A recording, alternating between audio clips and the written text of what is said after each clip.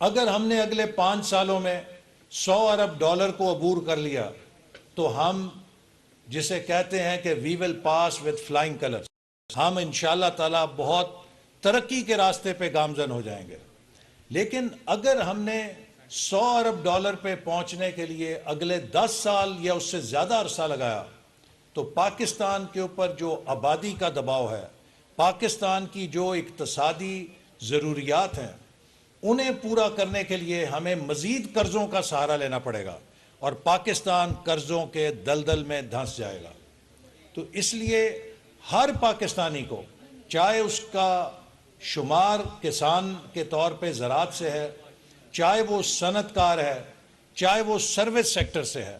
ہمیں پاکستان میں single point ایجنڈے پر آگے بڑھنا ہے کہ کتنی ایکسپورٹ پیدا کرتے ہیں۔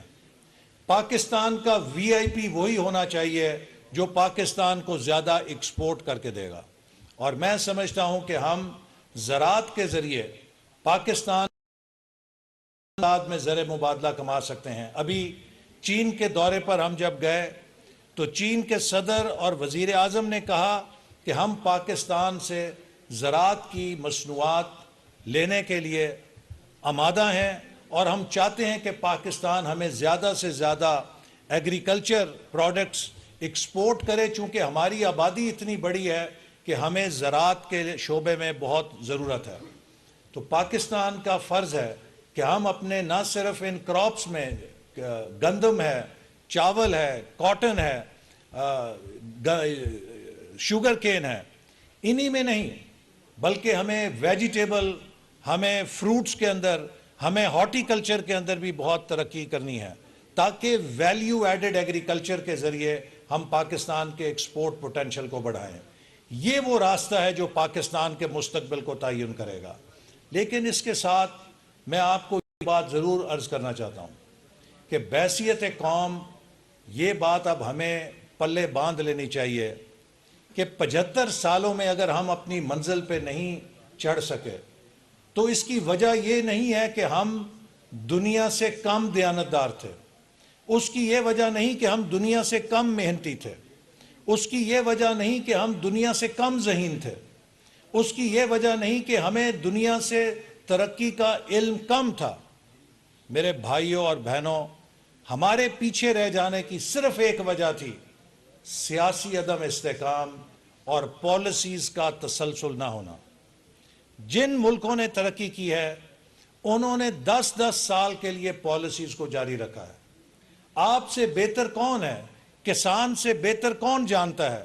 کہ اگر آپ ایک پودا لگاتے ہیں اور اس پودے کو بار بار اکھیڑیں گے اور کہیں گے اس نے جڑ نہیں نکالی پھر دبا دو، پھر 10 دنوں کے بعد نکالیں گے، اچھا اس نے جڑ نہیں نکالی پھر دبا دو، تو وہ پودا قیامت تک کبھی درخت نہیں بنے گا۔ پودا درخت اسی وقت بنے گا جب آپ اس کو لگا کے اس کی آبیاری کریں گے اور اس کی زمین کے اندر اسے پھلنے پھولنے کے لیے سکون فراہم کریں گے۔ آپ جب فصل کاشت کرتے ہیں، جب آپ بیج کاشت کرتے ہیں تو پھر اس کے بعد آپ ہل نہیں چلا سکتے، لیکن اگر آپ بیج لگانے کے بعد بار بار کھیت میں ہل چلائیں گے تو وہ بیج کبھی نہیں اگے گا۔ پاکستان کا یہی المیہ ہے کہ ہم نے 75 سالوں میں بہترین پالیسیوں کے بیج لگائے، لیکن وہ بیج لگانے کے بعد ہم ہل چلانے سے باز نہیں آئے، اور ہم نے اس زمین کو وہ سکون نہیں دیا کہ جس کے ساتھ وہ بیج ایک تناور درخت بن کے ہمیں پھل اور ہمیں چھاؤں دیتا۔ ہم نے ویژن 2025 کے تحت پاکستان کو ایک ترقی کے راستے پہ ڈالا، اور اس کے نتیجہ یہ ہوا کہ دنیا 2017 میں گواہی دینے لگ گئی کہ اگر پاکستان اسی رفتار سے چلا تو 2030 تک یہ دنیا کی ٹاپ 20 اکانومیز میں ہوگا، پہلی 20 معیشتوں میں ہوگا۔ لیکن ہم نے پھر 2018 میں ہل چلا دیا، اور وہ جو بیج جڑیں نکال رہے تھے ان تمام بیجوں کو جڑوں سے اکھیڑ دیا۔ سی پیک بھی اسی حل کی نظر ہو گیا۔ تو آج ہم پھر دنیا کے سامنے بے بس کھڑے ہیں اور دنیا کو جا کے کہتے ہیں کہ اپنے قرضے رول اوور کر دو، چونکہ ہمارے پاس اتنے پیسے نہیں کہ ہم آپ کے قرضے ادا کر سکیں۔ یہ باعث سے شرمندگی بات ہے کہ ایک ملک جس کے پاس اتنے محنتی اور ذہین لوگ ہوں، جس کو اللہ تعالیٰ نے اتنے وسائل دیے ہوں، اسے اب دوسرے ملکوں سے سیکھنا چاہیے، اپنی غلطیوں سے سیکھنا چاہیے، اور ہمیں انتشار کے راستے سے بچنا چاہیے، ہمیں استحکام چاہیے، ہمیں امن چاہیے، ہمیں یکجہتی چاہیے، ہمیں آپس میں اتحاد چاہیے۔ آپ نے دیکھا کہ ابھی جو گولی لگی ایک نوجوان نے عمران خان صاحب کو لگائی، 4 سال پہلے مجھے بھی ایک نوجوان نے گولی ماری تھی، اور اس کو بھی مذہبی جنونیت کے تحت سکھایا گیا تھا کہ وہ مجھے نعوذ باللہ کوئی اسلام سے خارج سمجھے، جبکہ اللہ کا شکر ہے کہ میں بھی ایک مسلمان ہوں، اور وہ مسلمان ہوں کہ جس کی ماں نے ناموس رسالت کا قانون پاس کرایا، جس کے والد کو اللہ تعالیٰ نے جنت البقیع میں مدینہ میں دفن ہونے کا اعزاز دیا، لیکن ان والدین کے بیٹے کو بھی ایک ایسا کردار بنا دیا گیا کہ نوجوان کے ذہن میں نفرت بھر کے اسے کہا گیا کہ اس جیسے بندے کو بھی گولی کا نشانہ بناؤ اور تمہیں پتہ نہیں کتنا ثواب مل جائے گا، تم غازی علم دین بنو گے۔ میں گناہگار ہوں، لیکن اس گولی مارنے والے کو تو جیل ہو گئی، لیکن مجھے اس گولی کے 21 دن کے بعد نبی پاک صلی اللہ علیہ وسلم کے مدینہ میں روضے پہ حاضری کا موقع مل گیا۔ تو یہ ثبوت ہے کہ وہ غلط تھی یا ٹھیک تھی۔ لیکن میں یہ کہنا چاہتا ہوں کہ اس وقت آپ کو پتہ ہے کہ کیا کہا گیا تھا کہ آج جن لوگوں کو گولی لگی ہے ان لوگوں نے 4 سال پہلے اس نوجوان کی مذمت کرنے سے انکار کیا تھا، اور کہا تھا کہ اس نے بالکل عوامی امنگوں کی ترجمانی کی ہے۔ اور آپ لوگ جانتے ہیں کہ پورے الیکشن کے اندر ہم نے مذہبی کارڈ کا سامنا کیا۔ تو میں یہ کہتا ہوں کہ جس آگ کو آپ لگاتے ہیں کسی دوسرے کے لیے، ایک دن وہ آگ آپ کا اپنا دامن جلاتی ہے۔ تو ہمیں پاکستان سے اس نفرت کو ختم کرنا ہے۔ ہم متحمل نہیں ہو سکتے کہ ہم لوگوں کے درمیان نفرت کو پھیلائیں۔ اگر ہم لوگوں کو نفرت کی بنیاد پہ تقسیم کریں گے تو پھر دشمن کا کام آسان ہو جائے گا۔ ہمارا فرض ہے کہ ہم معاشرے سے نفرت کے بیج اور زہر کو ختم کرنے کے لیے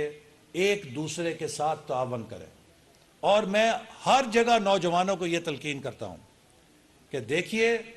اختلاف رائے آپ کا حق ہے، لیکن اس اختلاف رائے کی بنیاد پہ آپ دوسروں کے ساتھ نفرت نہیں کر سکتے، اس لیے کہ ہمیں برابر ہونے کے لیے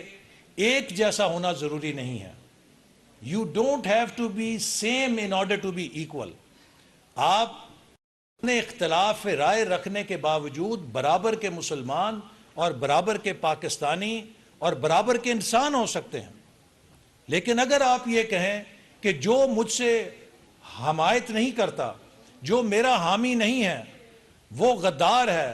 وہ پاکستان کا خارج ہے، وہ باطل ہے، وہ شیطان ہے، تو پھر آپ جنونیت پیدا کریں گے اپنے حمایتیوں کے اندر۔ میں اگر ایک سیاسی نظریے سے وابستہ ہوں تو مجھے یہ حق نہیں ہے کہ جو میرا مخالف ہے میں اس کو پاکستان کا غدار ثابت کروں، میں اس کو چور ڈاکو ثابت کروں۔ اگر آپ نے لاہور سے اسلام آباد جانا ہے تو اس کے کئی راستے ہیں۔ کوئی بندہ کہہ سکتا ہے جی ہم موٹر وے سے چلتے ہیں، دوسرا کہے گا نہیں جی ہم جی ٹی روڈ سے چلتے ہیں، ذرا پیٹرول کم خرچ ہوگا، تیسرا کہے گا نہیں یار ڈرائیونگ چھوڑو، شام کو ریل کار سے چلتے ہیں، گپے مارتے جائیں گے۔ اب سب نے جانا اسلام آباد ہے، کوئی موٹر وے سے جانے کو آسان سمجھتا ہے، کوئی جی ٹی روڈ سے، کوئی ریل سے۔ لیکن اگر موٹر وے والا یہ کہے کہ جو موٹر وے سے اسلام آباد نہیں جائے گا وہ کافر ہے، وہ چور ہے، وہ ڈاکو ہے، تو یہ درست نہیں ہوگا۔ ہمیں ایک دوسرے کو بحیثیت پاکستانی قبول کرنا ہے، اور ہمیں یہ قبول کرنا ہے کہ ہمارے درمیان پاکستان کی ترقی کے حوالے سے خیالات میں اختلاف ہو سکتا ہے، لیکن ہم سب پاکستان کے ویل وشر ہیں، ہم سب پاکستان کو مضبوط دیکھنا چاہتے ہیں۔ اس کا طریقہ کار میں فرق ہو سکتا ہے، لیکن اگر یہ سوچ نہیں ہوگی تو میں آپ کو عرض کرنا چاہتا ہوں کہ ہم اتنے منتشر ہو جائیں گے کہ پھر دشمن کو پاکستان کے ساتھ کچھ کرنے کی ضرورت نہیں ہے۔ اور خاص طور پہ اب جس طرح پاکستان کے سلامتی کے اداروں کو ہم سیاست کا نشانہ بنا رہے ہیں، ہم فوج کے جو کمانڈرز ہیں ان کے گھروں کے باہر جا کے جو نعرے لگا رہے ہیں، ہم اپنی انٹیلیجنس ایجنسی کے حوالے سے جو مہم چلا رہے ہیں، میں سمجھتا ہوں کہ را کے اندر تو مٹھائیاں تقسیم ہو رہی ہوں گی کہ وہ کام جو ہم نہیں کر سکے یہ پاکستان کے اندر سے شروع ہو گیا، کس نے شروع کر دیا ہے؟ میں سمجھتا ہوں کہ 22 کروڑ لوگوں کے لیے پاکستان ریڈ لائن ہے، کوئی پاکستان کی سلامتی سے نہیں کھیل سکتا۔ پاکستان ہم سب سے بڑا ہے، پاکستان کی سلامتی ہم سب سے بڑی ہے، پاکستان کا استحکام ہم سے بڑا ہے، پاکستان کا آئین ہم سب سے بڑا ہے، اور اس کے بارے میں ہم کوئی سمجھوتا نہیں کرنا چاہیے اور نہ کسی کو کرنے دینا چاہیے۔ انہی الفاظ کے ساتھ میں نارووال کے کسانوں کو چیلنج دینا چاہتا ہوں کہ آپ کے لیے اب چیلنج ہے، وی سی صاحب نے دیا ہے کہ ہم نے اس دفعہ گندم کے فصل میں بہترین پیداوار کر کے ثابت کرنا ہے کہ نارووال کی دھرتی بہت زرخیز ہے، اور میں وائس چانسلر صاحب کا مشکور ہوں،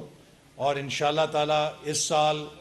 جب وہ نارووال میں اپنے کیمپس کا آغاز کریں گے تو اس سے نارووال کے اپنے نوجوانوں کو ایگریکلچر سیکٹر کے اندر ایجوکیشن کی تعلیم ملے گی۔ ہمارے غریب ماں باپ جو ہیں وہ فیصل آباد کے ہاسٹلوں کا خرچہ برداشت نہیں کر سکتے، اور وی سی صاحب کے ہاسٹلوں کے کچھ کمرے بھی فارغ ہو جائیں گے۔ جب نارووال کے بچے نارووال میں ہی پڑھیں گے تو یہ وہاں پہ دوسرے بچوں کو رکھ سکتے ہیں۔ تو میں ان کے اس اعلان کا خیر مقدم کرتا ہوں، اور انشاءاللہ تعالی ایک مثالی کیمپس بنائیں گے، اور میں نارووال کے عوام سے اپیل کروں گا کہ اس سے پہلے جب بھی ہم نے یونیورسٹی بنائی ہے تو لوگوں نے بڑا تعاون کیا ہے۔ سینکڑوں ایکڑ اراضی جو ہے وہ مجھے ایک دفعہ الیکشن میں کسی نے کہا کہ آسن صاحب آپ کو ووٹ تو دے دیں گے، لیکن ایک چیز کا بڑا ڈر ہے کہ آپ دوبارہ جیت گئے، پتہ نہیں آپ ہماری زمین رہنے دیں گے کہ نہیں رہنے دیں گے، یونیورسٹیاں ہی بنائی جائیں گے۔ تو میں نے کہا نہیں، انشاءاللہ یہ یونیورسٹیوں سے جو آپ کی معیشت میں ترقی ہوگی اس سے آپ مزید زمین خریدنے کے قابل ہوں گے، چونکہ یہ جو یونیورسٹی ہے ہم تدریسی یونیورسٹی نہیں چاہتے، ہم چاہتے ہیں کہ یہ معیشت کے ساتھ منسلک ہو۔ اور میں ڈاکٹر یونس صاحب کو بھی یہ کہتا ہوں کہ جو ویٹنری کالج ہے اس کے 3 چیلنج ہیں کہ نارووال کے اندر ڈیری سیکٹر، پولٹری سیکٹر اور لائف سٹاک سیکٹر، ان تینوں کے اندر ہم بے مثال ترقی کریں اور اس کو پاکستان میں ایک نمونہ بنائیں۔ اسی طرح یہ جو ایگریکلچر کیمپس ہے، یہ اس کے نتیجے میں ہم چاہتے ہیں کہ نارووال کی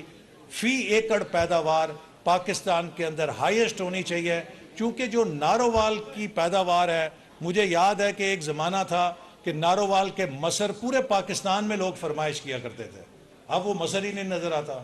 اسی طرح جو نارووال کی باسمتی ہے اس کا جو اروما ہے، اس کی جو اس زمین کی خاصیت ہے، پوری دنیا میں وہ باسمتی کی خوشبو نہیں جو نارووال کی دھرتی سے باسمتی پیدا ہوتی ہے۔ تو ہمارے پاس بہت اپرچونٹی ہے، ہم اس کو ترقی دیں گے، اس سے آپ بھی خوشحال ہوں گے اور پاکستان بھی خوشحال ہوگا۔ پاکستان زندہ باد۔